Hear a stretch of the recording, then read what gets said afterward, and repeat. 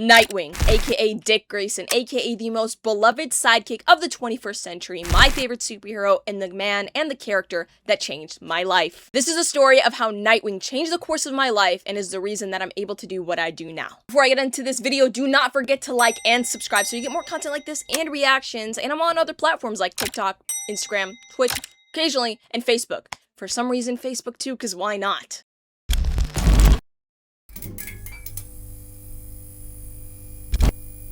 Where it all began for my love for this character goes all the way back to when I was 12 years old and I went to my local comic shop with my dad. When I was there, I was like, hey, you working? How do I start getting into comics? I like Batman. He was like, girl, come here, let me get you a good book. And this is the same comic shop I've been going to since I was 12 years old. So I got some rep in the community. The shopkeeper goes ahead and hands my 12-year-old self Batman Year One, the iconic red cover with Batman going like this. And when I went home, opened up that first page and read it, I fell in love with the DC universe. And for a while I did read some comics, but I didn't know you could read comics at the time since I was 12 years old. So every week my dad would go and buy me a single trade, but unfortunately I didn't grow up with a lot of money. The money was not really there, and so I could tell it was taking a bit of a toll on my dad and sort of stopped getting him to buy me comics, and then kind of stopped reading because I was 12. Like, how was I supposed to know you could read comics online at the time? My sweet old dad tried his best to buy me one whenever he could. Whenever he would come back from work, he would try to get me something that I liked, but ultimately it kind of fizzled out over the years because a comic a week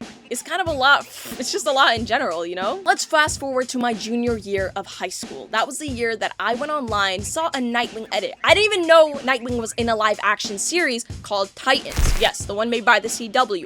I was like, wait, this is so cool. Liked an edit. My feed said, you like it? Let's keep putting it on your page, and they did just that. So because I started liking Nightwing content, I guess, because that man was a good looking dude, I started seeing panels from Bruno Redondo's Nightwing run along with Tom Taylor, who's the writer. And when I saw that, I was like, huh, this is some pretty cool looking art. Who made this? Who made this? I need to know. So I do my little research, go in the comments, and I see that it is Tom Taylor's Nightwing alongside the artist Bruno Redondo. And I went, huh, let me go check that bad boy out. So I head to the comic shop, $25 for a trade paperback. At the time, I was working a minimum wage job at Regal, the movie theater. Yes, I wear that like a badge of honor because I worked there for like 3 years.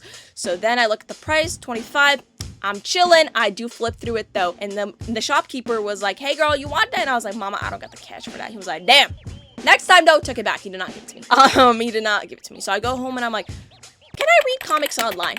Guess what? You can. I did not know about that. And I immediately fell in love with it. The art was just so phenomenal. It drew me in. The lighthearted Nightwing, the funny moments, the rough moments, the new villain all intrigued me. And I just fell in love with it all. And from there, I just started reading more comics because I had access to it online. I started reading more Batman comics, getting into Wonder Woman and Superman. Superman specifically, I didn't know that he had action comics. I was like, oh, what? This is nice. I like this. I read action comics, read War World, and I think it's one of the best modern Superman adaptations. And I'm like, dude, this is fire. Because now I'm getting into comics, I start researching more. Does Nightwing have other runs? And I do find out that he does. So what do? I go ahead and buy them with my actual money. And as you can see, I am not playing. So for collection purposes, I was like, I'm gonna buy at least the very first trade, which I then go on later on to get signed by both Bruno Redondo and Tom Taylor right down there. I said, that's so cool! So I start reading all these Nightwing comics and I just fall more in love with this character, with every interpretation of him. And it's just such a kind-hearted character. He has such a great sense of justice. I think he's very realistic. He is the best of what Batman can be. And I think Batman has said time and time again that he wishes he could be like Dick Grayson. And that really resonated with me. I was like, dude, one of the greatest superheroes of all time wishes he could be like our golden boy, like the boy wonder. And that just, I like flipped a switch in my head and I was like, dude, this is the coolest character ever, bro, come on. And I had the opportunity at San Diego Comic-Con to meet both Tom Taylor and Bruno Redondo, and I told them like, dude, this book kind of changed my life in a way. I mean, it's the reason that I'm even here, that I even wanted to come so I could meet you guys, because of how much I love this book. So let me lead you into the part where I tell you how Nightwing truly changed my life. January 2024, I was like, I love this run so much. Man, I wish I had someone to talk to it. None of my friends read comics. And so I kind of sat there and I was like, Loki, what if I just make a TikTok account and just yap on there? And I did exactly that. I go ahead, make a new TikTok account with a new email, load up a username called Kimi Geeks, which is who I am now.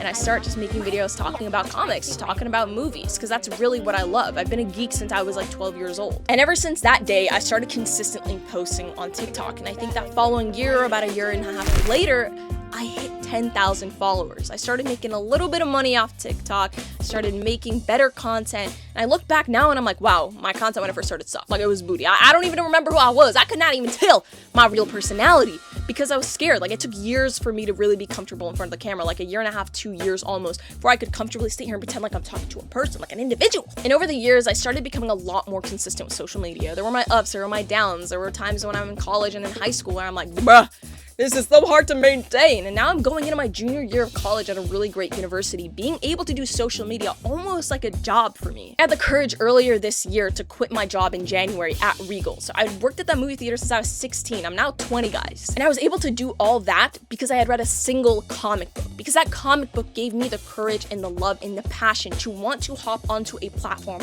and talk about the things that I love. And I found myself a community. Like, being a minority in this space, I was scared, girl. I was like, ooh! I was like, oh my god, it's gonna be real scary. And then everyone was super welcoming, like from creators to actual artists and writers and other actors. Everyone really welcomed me with open arms, and I had not felt that. I didn't think that was gonna happen. Like, come on now. I was like, oh my god, I'm gonna have to battle. Oh my god, I'm gonna have to battle people. I didn't. Everyone's pretty cool online, which was great for me. From there, I met so many creators. Some turned out to be Middle Eastern, Muslim, and people I could really resonate with and make friends. That took a really long time before I could get to this point, but I can confidently say, like, you know, I make the same amount of money now that I was working my minimum wage job. So I was like, why don't I just quit and really follow my passions and my dreams?